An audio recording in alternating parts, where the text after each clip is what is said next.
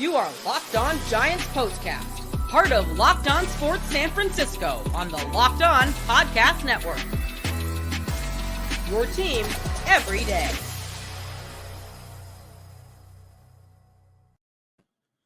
Yo, what's up, everyone, and welcome back to the Locked On Giants Postcast for the final time of the 2024 MLB season. I'm your host, Eric Triple E Engel. You may know me as the former producer for the Murph and Mac Morning Show on KMBR, and today the Giants had a chance to finish the season at 500, but fell 6-1 to the St. Louis Cardinals. Hayden Birdsong got the start in the final game of the season and pitched pretty well despite picking up the loss. He struck out 11 over just 4 1/3 innings, but couldn't get out of that 5th inning after giving up a couple of runs and running his pitch count up near 100. The bats were quiet for the Giants in their final game of the season. Fittingly so, as they didn't manage to score a run until the 7th inning. And with the loss, the Giants finished the season at 80-82, one game better than their 2023 record, but a long way from where this fan base wants this team to be. We'll break it all down, but first, I want to thank all of you for watching us on the Locked On Sports San Francisco YouTube channel. Please, please, please hit that subscribe button if you aren't already subscribed. We're going to be doing Locked On Niners, Locked On Warriors. You aren't going to want to miss any of that for all the rest of these seasons. And then before you know it, Giants will be right back. And thanks for listening on the Locked On Giants podcast feed as well. However you're tuning in, we appreciate you making us your first listen following these Giants games. Make sure to check out the Locked On Giants Daily Show for your second listen and for more in-depth coverage. Ben Kaspick does a great job. And today's episode is brought to you by FanDuel, America's #1 sportsbook. And so today, the Giants, as Birdsong, when he started off this game, I mean, Donovan ran into one. He smashed a home run early on. But I mean, he looked pretty good other than that one home run. And even on that bomb that he gave up to Donovan, he threw an 81-mile-an-hour curveball that painted the bottom inside corner to the lefty Donovan. But he was clearly looking for that curveball, sitting on it. It just, turned on that thing in an instant. It's the first time Birdsong has given up a home run on a curveball all season long. This pitch has been really good for him. And this wasn't a bad pitch that Birdsong had on that home run. It was just a really good at-bat by Donovan. He's been really tough against the Giants all season long. He was pretty good in their prior series in St. Louis / Rickwood, and he's been good in this series in San Francisco as well. Today, Donovan was, really hurting the Giants. In his 3 at-bats, got 2 hits and walked twice as well. So 3 registered at bats, 5 total times at the dish, on base 4 times, and 2 RBIs and a run scored. This guy was killing the Giants all damn day. He was a part of all their rallies later on in this one as well.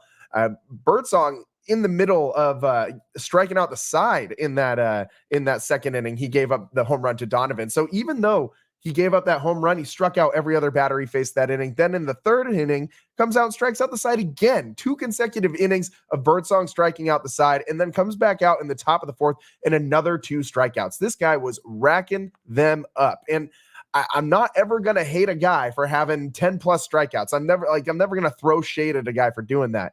But this is the thing we've talked about with Hayden Birdsong, is his tendency to kind of chase those strikeouts and run that pitch count up. And he did that again today. While even though he was effective at getting the strikeouts, he still, ended up throwing 98 pitches over 4 1/3 innings. I want to see this guy be able to save his arm, last deeper into games, save your bullpen. You don't need to have them pitching for 5 innings a game, or 4.5 innings, or 4 2/3 an inning, or innings. Come man, every single game. It's a little tough when Birdsong's not able to go over 5 innings very often, and that's going to be something he needs to work on next year. Obviously, he's a rookie. He's a super young kid, so he's got a ton of time to grow and mature and build on this season. This is not in any possible way a bad end to the season for Hayden Birdsong. He gives up 3 runs over 4 1/3, but strikes out 11. That is a really good outing for a 23-year-old on his last day of his first season. That's definitely something to build on. This guy has been up and down for the Giants. The month of August was really rough for him. Finishes the season with a 5-6 overall record, a 4.75 ERA. None of that's bad. You look at his strikeout walk ratio, that could be better. I do hope that he's able to bring those walks down a little bit. He's walking guys around 13.6% of the time. That is bottom 1% of the league. So it'd be hard for him to be much worse in this category next year. That's the good news about this, but he's got a long way to go. To put it plainly, he's got a long way to go on cutting those walks down. I mean, he's clearly got the stuff. Birdsong is one of my favorite guys to watch pitch when he's out there and he's got everything working for him. Like, he was changing eye levels today. He was dropping the curveball in the dirt and then running that 97 mile an hour four-seamer high and inside on the hands and getting strikeouts like nobody's business today. He was hitting his spots for the most part. But again, he's letting a lot of these counts, get to like 2-2, 3-2 before coming up with the strikeout. And in that fifth inning, actually, I can kind of blame a little bit of this fifth inning on Mike Krukow. And Mike Krukow is my guy. I love this dude. He's Cal Poly and a Giants alum. That's, right up my wheelhouse, of course. And one of the hands down, nicest human beings I have ever personally interacted with in the entire world of Major League Baseball, of sports in general. Like, I haven't been doing this forever, but over the last decade or so of me working in sports media, Mike Krukow is, the creme de la creme, the cream of the crop of human beings working in this industry. So I'm not ever really like trying to dump on Mike Krukow, but he did announcer jinx Hayden Birdsong today, because top of the fifth inning, he says in that first at bat that we haven't seen Birdsong have this level of command yet this season. And then he immediately walks two guys right after that, runs the count full to both of them. So he's just running that pitch count up. And both of those final pitches on those 3-2 counts were not close to the strike zone at all. So that's the one area where Hayden Birdsong really needs to improve. It's when he misses bad, and he needs to make those misses a little bit more competitive and stay within, make it so it's not just something you can spit on out of the hand. You got to stay around that strike zone. And then you can not have 98 pitches after 4 1/3 innings, and you can run this game a little bit deeper. That those two runners ended up both scoring because Donovan, after a 9-pitch at bat, singles and scores a run. And as I told you, this guy was in the middle of all the Cardinals rallies today. Chases Birdsong from the game, 2-0 Cardinals lead. There was one more hit before he got chased from the game. Alec Burleson, this guy, he singles. And this guy just keeps killing the Giants. 3-0 Cardinals lead. Birdsong's done, 98 pitches, 61 strikes. Taylor Rogers comes in next, gets the last 2 outs of the inning without any more damage. But before we go any further, man, I need to just say I've been talking about Alec Burleson being the new certified Giants killer on the Cardinals, learning his ways, carefully creating his craft by watching Paul Goldschmidt and Nolan Arenado just absolutely kill this team. Coming into today, you want to know what this guy's OPS in 2024 was against the Giants? 1451. This guy this season batted over 500 against the Giants. Batting average coming into today was 526 against the Giants for Alec Burleson. And today, all he did was go 2 for 4, draw a walk, 3 ribbies. This guy, he kills the Giants. He just picked up right where Nolan Arenado and Paul Goldschmidt were leaving off. And this guy, I don't ever want to see this guy play the Giants ever again. Like, this is reaching like another guy that haunted me as a kid, always killed the Giants. And I know it haunted a lot of you guys too, is David Eckstein.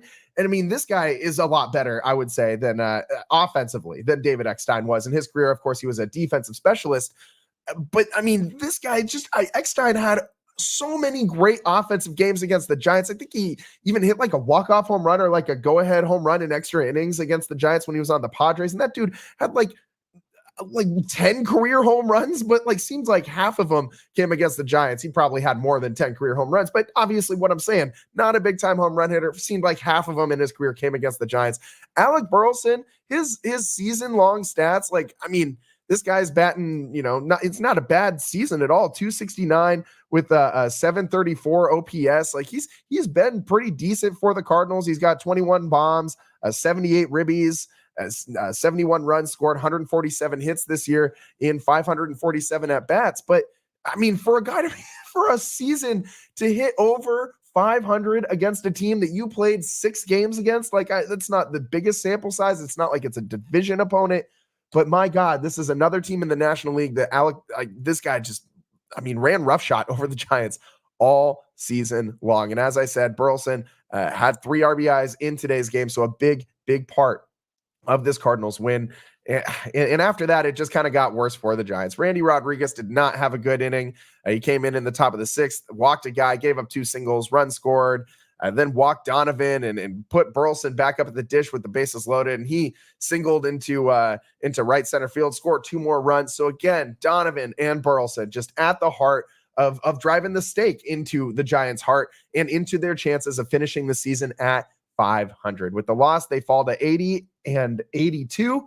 Excuse me, but they finish 1 game better than they had last year in the 2023 season, which is a small little tiny itty bitty consolation prize that you can make the world's smallest golf clap for. And it's bummer that, again, they're searching for moral victories at this point in the season. You heard, if you stayed tuned to the NBC Sports Bay Area broadcast, you saw Logan Webb and Matt Chapman actually take the field after the final out of this game and address the crowd. Logan Webb thanked the fans. It's called them the best fans in baseball. I can't disagree. And he also had Matt Chapman come in immediately afterwards and back everything he set up, and then also acknowledge the fact that this team did not finish where they wanted to, that there is work to do this offseason, and that they expect this time next year to be addressing the fans, telling them to get ready for the postseason run, and that they're gonna need the Oracle Park packed. Let's get back to that. Like, I am very excited to see Matt Chapman taking grabbing the Giants banner and charging forward with it. Like, that's what that envision. Like, that's what that signal to me was. Matt Chapman is gonna take the reins for this team and steer them towards the playoffs next season. And that is exactly what they need. The veteran leadership of Matt Chapman showing, even though he only played 2 innings today, subbed out, walked off the field to a standing ovation after a great season for the Willie Mack Award winner. And, he didn't quite get to that 30 home run mark, but in company with names like Jeff Kent, JT Snow, and Barry Bonds for most home runs in their first season in a Giants uniform. So that's, really, really, really good company to be in, obviously. And he plays amazing defense. I love Matt Chapman, how he fits in with this team, both how he plays and even more so how he is in the locker room. The Giants have been missing this veteran leadership the last couple of years. Don't get me wrong. Logan Webb is great. He can't do it all by himself. And the old guard, I love me some Brandon Crawford, Brandon Belt. I love the Brandons, but they're not the same level of leaders as a guy like Buster Posey was. And it was kind of them as a group that did it. You know what I mean? It wasn't like Brandon Crawford was going to be the guy to make a clubhouse speech and rally troops. And they needed Hunter Pence for that back in the World Series run. So the leadership from those World Series teams came from a lot of different places, not just one. Point I'm trying to make, the Giants need to go add some guys in the offseason. I think that they need to go and either sign Willie Adames and a first baseman, maybe a Pete Alonso type guy, or I would love Christian Walker if the Diamondbacks let him go. And maybe Anthony Rizzo if he opts out. There's a lot of options at first base. Too many options out there for the Giants to not land one of them. They got to get a power bat at first base. I like Lamont Wade Jr. He's not going to give you the power numbers you need from a corner infielder. I really think Willie Adames has got to be a top priority too. A lot of people think that he has, was not a good defensive shortstop, but this year he was one of the better ones in baseball. He's shown that he's capable with the glove, and obviously we know what that bat can do. Willie Adames would fit in great here as a Giant. I think he would be loved by the fans. I think he would fit right in with this team, and that would go a long way. Just those 2 types of additions would go a long way for this Giants team. There's a lot of other things that they can do in this offseason. Priority 1 is bringing back Blake Snell. Priority number 1, far and away the most important thing for the Giants to do, bring him back.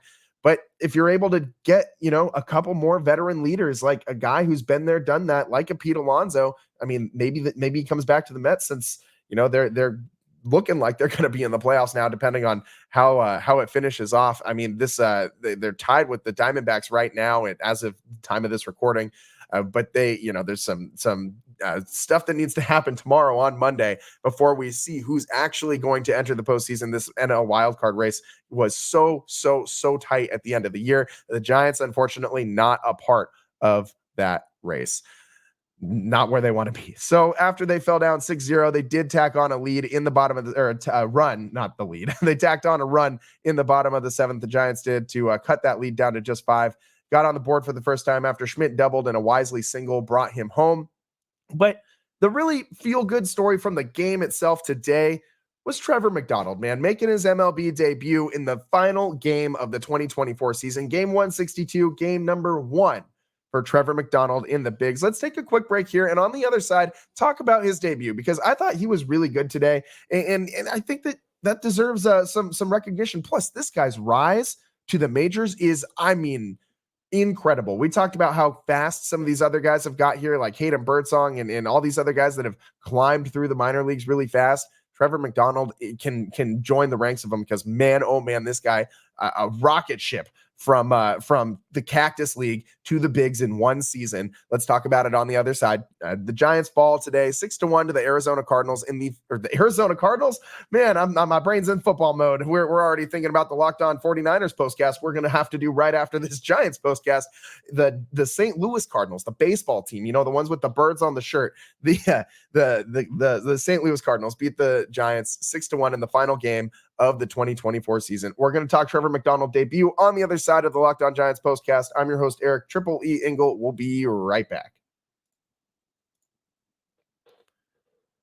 Today's show is brought to you by FanDuel. Hey, NFL fans, you can start the season with a big return on FanDuel, America's #1 sportsbook. So when you get a hunch in the middle of the game, maybe right now during this 49ers game, you can check out the latest stats, view live play-by-play, and so much more on the same page where you place your bets. You'll get started with $200 in bonus bets guaranteed when you place your first $5 bet. And today, I had to go 49ers on to cover that spread, man. I did not care how many points you were giving up against the Patriots. You were coming back home. It was a get-right game for the Niners, and if you're paying attention to it at all, while also tuning into the Locked On Giants postcast, you can see that they are in prime position to cover that spread. And just, all of it's on FanDuel.com, America's #1 sportsbook.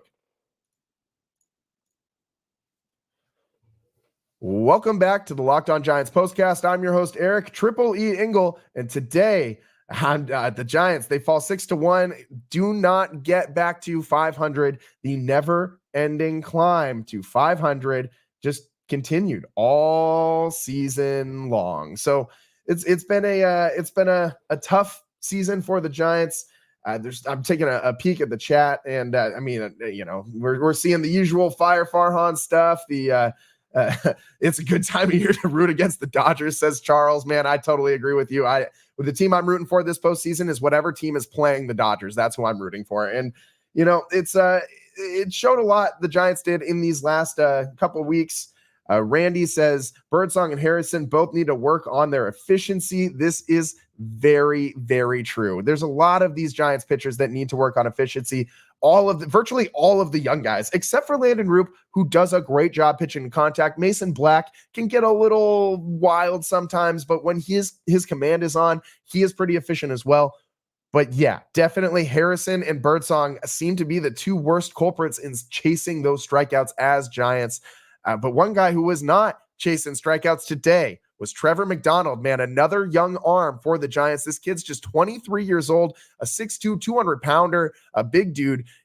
He was born in 2001, which makes me feel old as hell, man, and I am only 31 years old. I should not be feeling as old as this kid's making me feel, but, he was drafted in the 11th round in 2019, out of high school, straight from high school, out there in Mississippi. Shout out George County High School in Mississippi, where this kid is from, and Trevor McDonald comes out, must have developed a pretty dang good sinker while he was out there down in the South, because he came back out here today, and man, oh man, this guy was really good. Over 3 innings of work.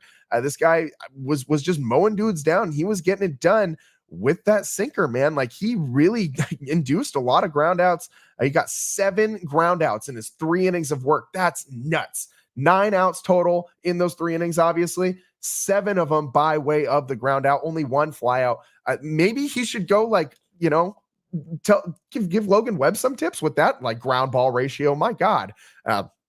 Obviously joking. Logan Webb is the ground ball master of the current baseball, lexicon. I don't care what pitcher you're putting up against him. Logan Webb is a ground ball, masterpiece, masterclass.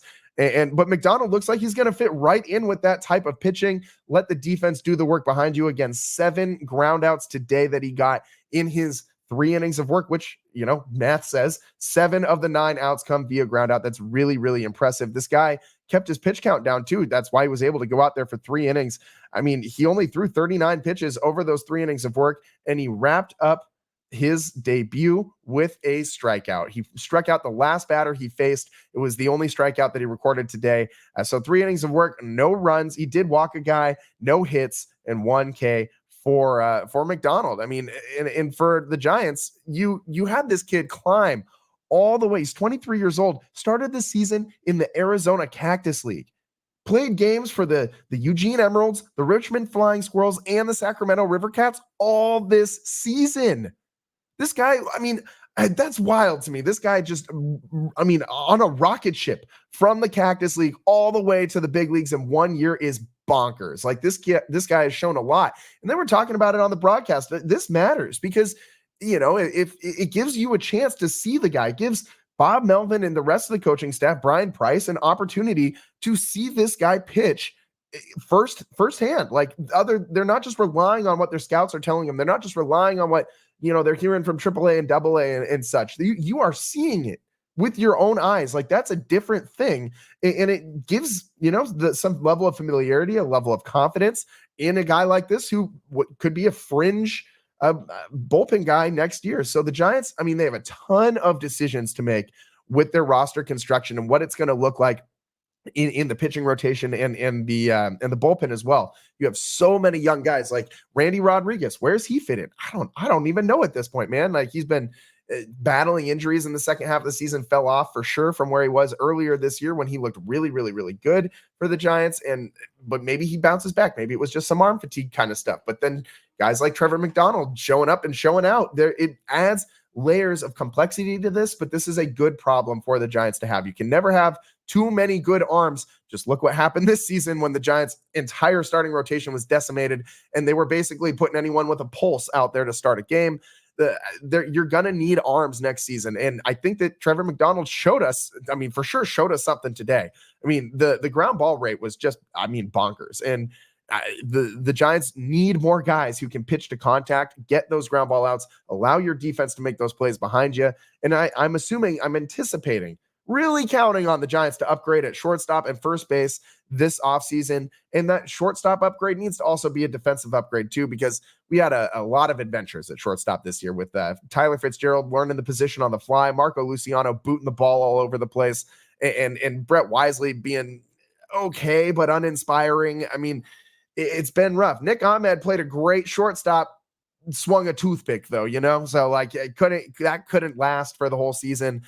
It's just, you need a solution at short for sure. I don't think Fitz is the long-term defensive solution there. I think he's got to shift over to second base. I've said this 1,000 times, it feels like, but I do think if you put a Tyler Fitzgerald at second base, he would be a plus second baseman, like on the defensive side and obviously on the offensive side. So that's a really good situation to have.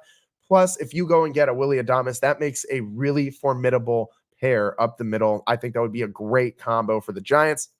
That's my dream wish list for the offseason is go get me a big slugger at first base, like a Pete Alonso. That would be great. I don't care that he's a little bit older. The Giants need a big bat, and that would give them a huge bat right in the middle of the order. I think he'd be great at Oracle Park. And I also think that they need to get, if they got Willy Adames, those are the 2 guys at the very top of my wish list, right behind Blake Snell, right underneath Blake Snell, who's obviously number 1. So the Giants, definitely some work to do this offseason, but a nice little surprise seeing Trevor McDonald, even though, the Giants got crushed today 6-1, and it didn't really feel like they were in this game at any point really after they fell down 3-0. This offense was just, just very, very, very bad for the first, I think, like 4 or 5 innings. They only had 1 base runner. It was a Michael Conforto single. So, they just seemed like they were digging out of a hole all day long. And we know how the Giants we know how that story ends for the Giants usually when this happens. And today, I mean, you picked up 7 hits, but you scattered them all throughout the game. You couldn't put a rally together. You walked exactly 0 times, so that's not very helpful. You got to learn how to take some more walks, man. Like, they're really bad at doing that. And they only struck out 6 times. So we should acknowledge that, but bad day at the dish for the Giants. Not a great day on the mound either for this bullpen, or, Hayden Birdsong gave up 3 runs in 4 1/3 innings. So that could have been a little bit better as well. But, Alec Burleson just beating up on the Giants. And man, I'm glad we don't have to see this guy again anytime soon, at least until 2025. So we got to take one more quick break here on the Locked On Giants postcast. On the other side, we'll wrap up the show, and we'll get a little last minute, news and notes from this game, from this Giants season, and wrap up the 2024 Locked On Giants postcasts that we've been doing. So thanks for tuning in. We'll be right back on the other side, wrapping the show up. This is the Locked On Giants postcast. I'm your host, Eric Triple E Engel. We'll be right back. Today's show is also sponsored by Game Time. I love live events, from concerts to sporting events and everything in between, and I rely on Game Time to get my tickets. Game Time has a new feature called Game Time Picks that makes getting tickets for your favorite live events even easier. Game Time Picks filters out the fluff to show you only incredible deals on great seats, so you don't have to waste time searching through thousands of tickets. I also love the all-in pricing feature. Toggling this feature on shows the total upfront with no surprise fees at checkout. Make sure it's toggled on, or it doesn't work. Turn it on. It works. Great feature. Game Time also gives customers the lowest price guarantee, or Game Time will credit you 110% of the difference. And with Game Time ticket coverage, your purchase is covered with the most flexible customer service policy in the ticketing industry. Take the guesswork out of buying tickets with Game Time. Download the Game Time app, create an account, and use code LOCKEDONMLB for $20 off your first purchase. Receipt of copy does not constitute an order. Terms apply. Again, create an account and redeem code LOCKEDONMLB for $20 off. Download Game Time today. What time is it? Game time. Welcome back to the Locked On Giants postcast. I'm your host, Eric Triple E Engel. Today, the Giants dropped the final game of the 2024 season to the St. Louis Cardinals. Got it right this time. And fall to 80-82 on the year. They had a chance to finish the season right at 81-81. Couldn't do it. But hey, better record than last season, even if it's only by 1 game. At least they're moving in the right direction, right? We want more progress than just 1 win better than last year. Next year, definitely higher expectations for this club. Hopefully, they'll be a lot better once they have all of their able bodies back to start the season. They really started the season behind the 8 ball with the injury situation this year, and it only got worse as the season continued, although there were a lot of other things the Giants did to shoot themselves in the foot this year, like, really bad situational hitting. And, Elliot Ramos actually talked about this during the game. He was interviewed by Kruk and Kipe, and he talked pretty candidly about his approach and how he doesn't hunt home runs, and he's just he does look to go the opposite way a lot. And he actually talked about that McCovey Cove home run and learned from Kruko that no one had even done it in batting practice yet. Ramos knew he was the first to do it in a game in the moment when it happened, but he didn't know that no one had done it in batting practice even. So that was kind of cool. He also talked about how he told people way back in his early days as a brand new prospect in the Giants organization that he swore up and down to everybody that he'd talked to that he would hit one into the cove. So came true. He called his shot and he did it. He also said that he might play Winter League in Puerto Rico this year, which is interesting because it's always fun when you get to see guys go back to, where they're from, especially if it's, Dominicans going and playing in the Dominican League or Puerto Ricans playing in the Puerto Rican League. It's a different type of baseball down there, man. It is so much more intense. You think like World Baseball Classic vibes where, it is like incredibly passionate fans. That is what it's like, but like magnified even more intense because you get regional rivalries and things like that going down there. It's nuts, man. I've been to a few of these games in the Dominican Republic, and it is crazy, absolutely bonkers. Haven't been to the Puerto Rican Winter League yet, but I would love to do that. I've seen a few stadiums out there personally, but never like went inside or got to see a game. That would be amazing to go witness. But he's planning on spending some time out in Puerto Rico so that his young daughter can spend time with his side of the family, born back in February. So hasn't had a chance to get out there yet with him to go see all of his family out there.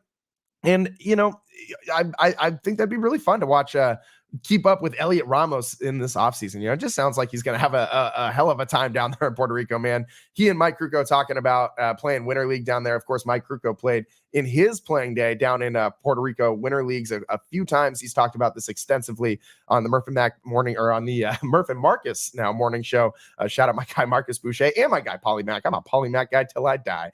And but what my main takeaway from that interview was him talking about how he doesn't hunt home runs. And I really like his approach. He's not hunting home runs. He said he's hunting good at bats. And the Giants need to do that up and down this roster, up and down this lineup, this batting order. Everybody on this team could take a page out of Elliot Ramos's approach and his the way that he attacks pitchers, looking to go the opposite way, really just looking for anything to help the team get on base.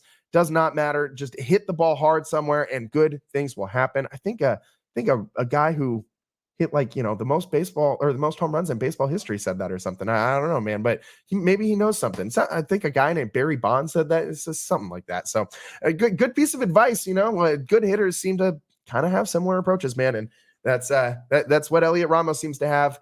And it's been fun to watch this year, watch his emergence. And I expect him to continue his production next year, and we'll have a full season of him. So maybe he'll hit the 30 mark, man. We can cross our fingers and hope. And with that, that's all the time that we got on the final Locked On Giants postcast of the 2024 season. This was our first year of doing these postcasts for me, and I really appreciate every single one of you. Truly, truly from the bottom of my heart. If you have followed the channel, if you've listened to even 1 second of me just talking about the Giants, it is amazing that I get to do this for work. And it blows my mind every day that I actually get to have a job where I sit here and just talk about baseball and other sports too. If if you're a football or basketball person, make sure you're following on the YouTube channel, Locked On Sports San Francisco. But truly, genuinely, it's amazing that I get to do this every day as a job. And I just really, from the bottom of my heart, thank each and every one of you who tune in. There's a lot of you who tune in every single day, our everydayers. And I mean, a shout out to each and every one of you. There's a lot of you. I'm not going to go through them all, but just really, really, really genuinely from the bottom of my heart, thank you for tuning in. It's not a show without you guys. The interaction is what makes it fun. So, keep commenting, keep following the show, share it with your friends. The more interaction, the better. So let's keep this thing rolling. We're going to be back next year with Giants games. But until then, we're doing Locked On 49ers. We're doing a show. And as soon as this Niners-Pats game goes final, we're in the second half already. So we're doing a show in just a little bit. We also are going to be doing Warriors games. Warriors tip off their season less than a month. So make sure you're following on Locked On Sports San Francisco YouTube channel. You'll get everything you need there. And you get to see me, Triple E, and my beautiful face. Or not so beautiful, but you can laugh at me. That's fun. That's fine. So I encourage the hate follow, the laughing follow. If you just want to clown me, that's fine. Follow me for that too, man. Just follow the damn show. So thanks for tuning in. We really appreciate you guys so much. We'll see you next time. Hopefully it's not next Giants season. We got a lot of shows till then. So tune in all football season, all NBA season, and thanks for tuning in all Giants season long. Until then, until next time, I'm your host, Eric Triple E Engel. We'll see you next time. Peace.